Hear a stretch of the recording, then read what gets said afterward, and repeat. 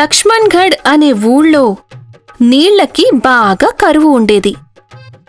అందరూ నీళ్ల కోసం దూరంగా ఉన్న ఒక బావి దగ్గరికి వెళ్లేవారు. అంతా చాలా కష్టపడి 1-2 బిందెల నీళ్లు నింపుకునేవారు. అదే ఊర్లో కపిల అనే ఒక సోమరిపోతు యువతి ఉండేది. తను తరచూ పండ్లు ఎగ్గొట్టే సాకులు చెప్తూ ఉండేది. తన కుటుంబ సభ్యులు కూడా తనకి ఉన్న ఈ అలవాటుకి చాలా బాధపడేవారు. ఒకరోజు సాయంత్రం తన భర్త పని చేసుకొని ఇంటికొచ్చాడు. కపిల, నువ్వు ఇవాళ నీళ్ళు తీసుకుని రాలేదు. ఇంట్లో ఒక చుక్క కూడా నీళ్లు లేవు. బావి దగ్గర ఈ సమయంలో చాలా జనం ఉంటారు. మరి నేను అంతసేపు ఎండలో నిలబడి ఉండలేను కదండి. కపిల మండే ఎండ నుండి అలాగే జనాల నుండి తప్పించుకోడానికి ఒక ఉపాయం ఆలోచించింది. తను పొద్దుట పూట కాకుండా సాయంత్రం వెళ్లడానికి నిర్ణయించుకుంది. మరుసటి రోజు ఊళ్ళో ఆడవాళ్లంతా ఉదయం నీళ్లు పట్టుకోడానికి వెళ్లారు. అప్పుడు గీత కపిలని కూడా తనతో పాటు రమ్మని అడిగింది. కాని సోమరిపోతు కపిల మాత్రం రానని చెప్పేసింది. కపిల, ఆడవాళ్లంతా నీళ్ల కోసం వెళ్లారు. నువ్వు వెళ్ళి నీళ్లు తీసుకునిరా. ఇంట్లో అసలు నీళ్లే లేవు. వాళ్ళందరినీ అలా గుంపుగా వెళ్ళనివ్వండి. అంతసేపు కష్టపడినా కూడా కేవలం 1 బిందెడి నీళ్లే దొరుకుతాయి. అందుకే నేను సాయంత్రమే వెళ్తాను. అప్పుడు అక్కడ ఎవ్వరూ ఉండరు. సాయంత్రం కపిల బిందెలు తీసుకొని బావి దగ్గరకు బయలుదేరింది.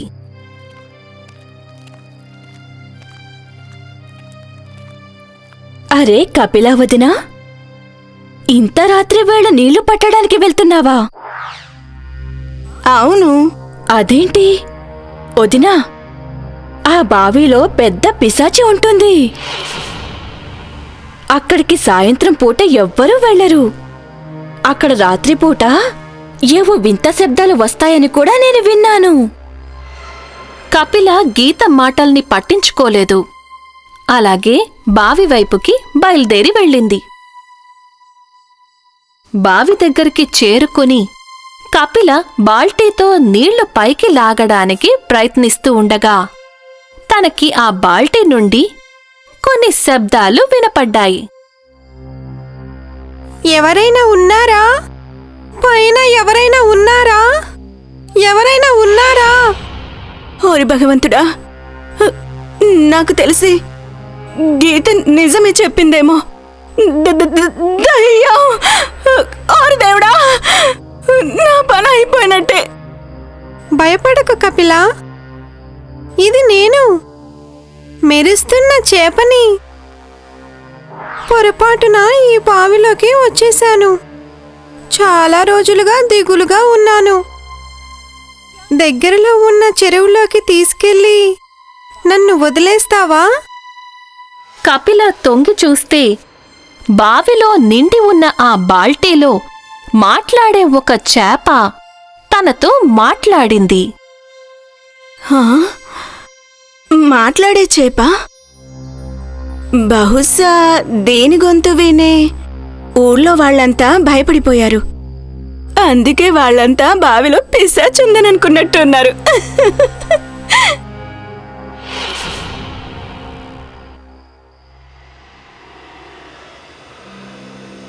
నేను నిన్ను చెరువులోకి మళ్ళీ వదిలేస్తాను. కానీ ఇందులో నాకేంటి లాభం? దానికి బదులుగా నేను నీ ఒక కోరికను నెరవేరుస్తాను. చేప ఒక కోరికను నెరవేరుస్తాను అన్న మాట విని కపిల ఆలోచనలో పడింది. నేను రోజూ ఇంత దూరం కేవలం నీళ్లు పట్టడానికే వస్తాను. కానీ నా తలపైన కేవలం 2 కుండలని మాత్రమే తీసుకెళ్లగలుగుతాను.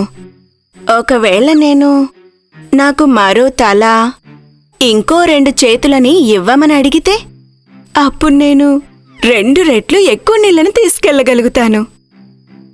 సరే అయితే నేను నిన్ను మళ్ళీ చెరువులోకి పంపిస్తాను.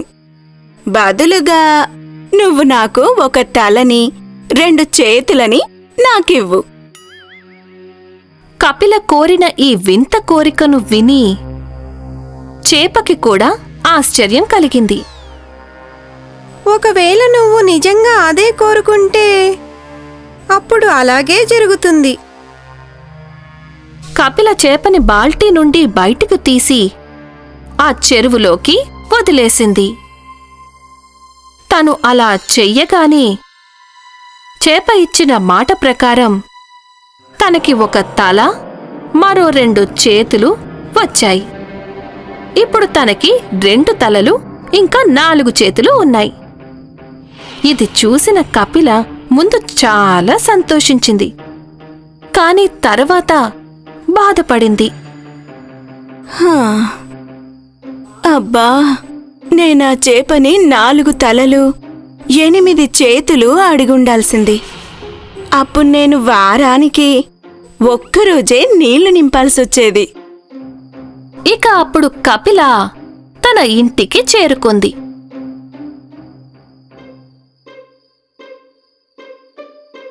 వెళ్లే దారిలో జనాలు తనకి ఉన్న 2 తలలు 4 చేతులను చూసి భయపడిపోయారు. దయ్యం! దయ్యం! అమ్మో, దయ్యం! దయ్యం! అమ్మో, దయ్యం! అయ్యయ్యో, నేను కపిల వదనికి ముందే చెప్పాను సాయంత్రం పూట ఆ బావి దగ్గరికి వెళ్ళొద్దని. భయపడిపోయిన ఊరి వాళ్ళందరూ తమ తమ ఇళ్ల నుండి కర్రలు తీసుకొని వచ్చారు. వాళ్ళు కపిలని కొట్టటం మొదలుపెట్టారు.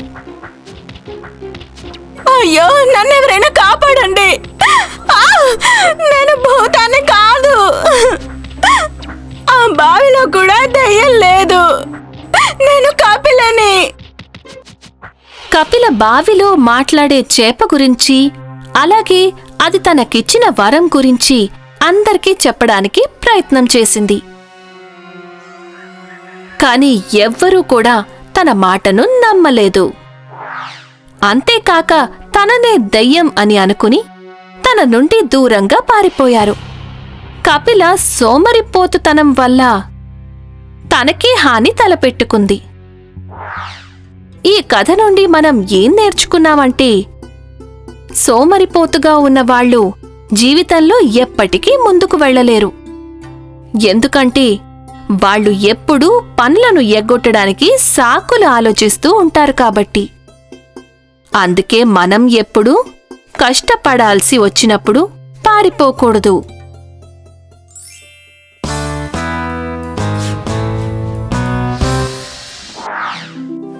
మనోజ్ అనే ఒక బట్టలు నేసే వ్యక్తి ఉన్నాడు. అతను చాలా కష్టపడి పనిచేసేవాడు. అతను చాలా అందమైన బట్టలు నేసేవాడు. అతని పనితనం చాలా బాగుండేది. అందుకే అతని బట్టలకి మంచి ధర లభించేది. దానితో అతని కుటుంబం సమృద్ధిగా ఉండేది. మనోజ్ బట్టలు నేసే మిషన్ చెక్కతో తయారు చేయబడింది. ఒకరోజు చాలా పెద్ద వర్షం పడింది. అప్పుడు బట్టలు నేసే మిషన్ నీళ్లలో మునిగిపోయింది.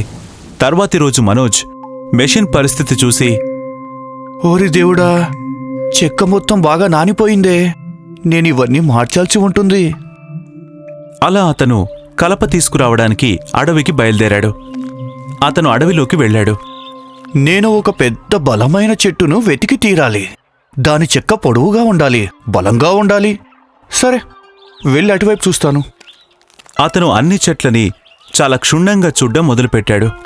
వద్దు, ఇదొద్దు. దీని చెక్క కొంచెం పొట్టిగా ఉంది.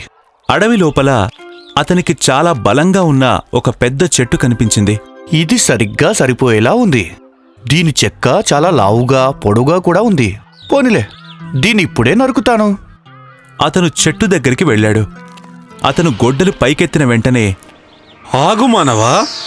నమస్కారం స్వామి. మీరు ఇక్కడ అడవిలో? నేను వృక్షదేవుణ్ణి. ఎన్నో సంవత్సరాలుగా ఈ చెట్టు మీద ఉంటున్నాను. నువ్వు ఈ చెట్టుని ఎందుకు నరకాలనుకుంటున్నావు? ఇది నాకు అవసరం స్వామి. నా బట్టలు నేసే మెషిన్ వర్షం వల్ల పాడైపోయింది. దాన్ని మళ్ళీ చేయడానికి నాకు పొడవుగా లావుగా ఉన్న చెక్క కావాలి. అలాంటిది అడవిలో ఈ చెట్టుకు మాత్రమే కనిపించింది. నేను నీ పరిస్థితిని అర్థం చేసుకోగలను, కాని నేను ఈ చెట్టు మీద ఉంటున్నాను. అయితే దయచేసి మీరు వేరే ఏదైనా చెట్టు మీద ఉండండి. అప్పుడు నేను ఈ చెట్టుని నరకగలుగుతాను. నా బట్టలు నేసే మెషిన్ని తయారు చేయగలుగుతాను. మానవా, ఒక పని చేద్దాం. నేను నీకు ఒక వరం ఇస్తాను. నువ్వేం కోరుకుంటే అది. దానికి బదులు నువ్వు ఈ చెట్టుని నరకటం మానేయాలి. ఆ వరమా? ఈ మాట నాకు చాలా నచ్చింది. అతను ఆలోచించడం మొదలుపెట్టాడు. స్వామి, మీరు నాకు ఒక రోజు గడువు ఇవ్వండి. అప్పుడే నేను నిర్ణయించుకోగలుగుతాను నాకు ఎలాంటి వరం కావాలో అని. అలాగే, నువ్వు రేపు వచ్చి వరం కోరుకో. మనోజ్ వృక్షదేవుడికి నమస్కారం చేశాడు. అప్పుడు దేవుడు చెట్టులోకి వెళ్ళిపోయాడు. అప్పుడు మనోజ్ తన ఇంటివైపు బయలుదేరాడు. ఇంటికి వెళ్లే దారిలో అతనికి తన స్నేహితుడు నాయక్ కనిపించాడు. ఏమైంది మనోజ్? దేని గురించో దీర్ఘంగా ఆలోచిస్తున్నట్టున్నావు? ఏం చెప్పమంటావు నాయక్? నిన్న నా బట్టలు నేసే మెషిన్ పాడైపోయింది. అందుకే మనోజ్ అతని స్నేహితుడికి జరిగిన విషయం మొత్తం చెప్పాడు. ఆ తర్వాత, నువ్వే చెప్పు, నేను ఎలాంటి వరం కోరుకోవాలి? నువ్వు ఒక రాజ్యం కావాలని అడుగు. నువ్వు రాజు అయిపో. అప్పుడు నేను నీ మంత్రిని అయిపోతాను. ఇద్దరి జీవితాలు మారిపోతాయి. కానీ నేను ఏమనుకుంటున్నానంటే, ఒకసారి నా భార్యను అడిగితే మంచిదేమో అని. వద్దు వద్దు, అస్సలొద్దు. తను ఖచ్చితంగా నీకు తప్పుడు సలహానే ఇస్తుంది. ఆడవాళ్ళ నుంచి ఎప్పుడు సలహాలు తీసుకోకూడదు. నా మాట విని వెళ్ళి రాజ్యం కోరుకో. మనోజ్ తన ఇంటికి చేరుకున్నాడు. అతను తన భార్యకి జరిగిందంతా చెప్పాడు. నువ్వు రాజ్యం మాత్రం అస్సలు అడగకు. ఒక రాజు ఎన్నో కష్టాలు అనుభవించాల్సొస్తుంది.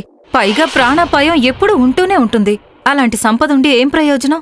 సంతోషంగా దాన్ని అనుభవించలేనప్పుడు జీవితాంతం మనం బాధపడుతూ ఉండాలి. అయితే నేను ఎలాంటి వరం కోరుకోవాలి? నా మాట వినండి. మీరు చాలా చక్కగా పనిచేస్తున్నారు. దాంతో మనం చాలా సంతోషంగా ఉన్నాం. మరి మీరు మీకోసం మరో 2 చేతులు 2 తలలు అడగొచ్చు కదా. అప్పుడు మీరు ఒకేసారి 2 బాటలనేసే మిషన్లు ఉపయోగించొచ్చు. 2 ఎక్కువ సంపాదించొచ్చు.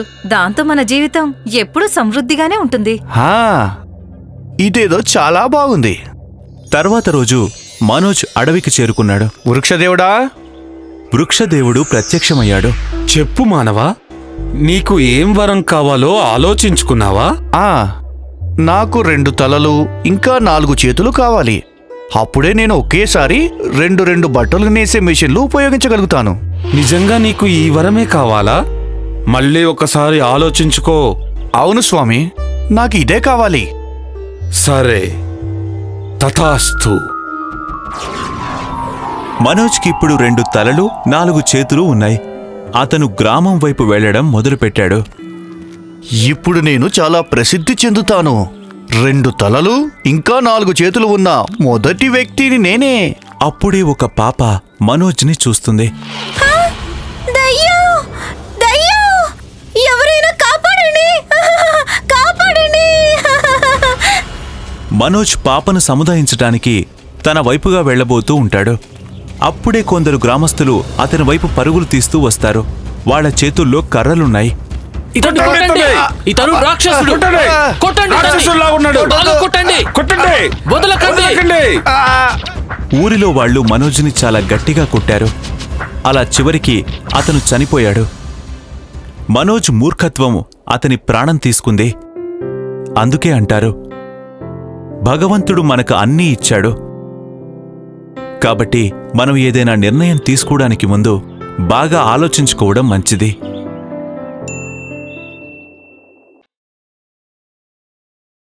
హాయ్, నేనే షైనీ. మీరు నన్ను ఇలానే చూడాలనుకుంటే ఈ వీడియోని తప్పకుండా షేర్ చేయండి. ఈ ఛానల్ని కూడా సబ్స్క్రైబ్ చేయటం మర్చిపోకండి.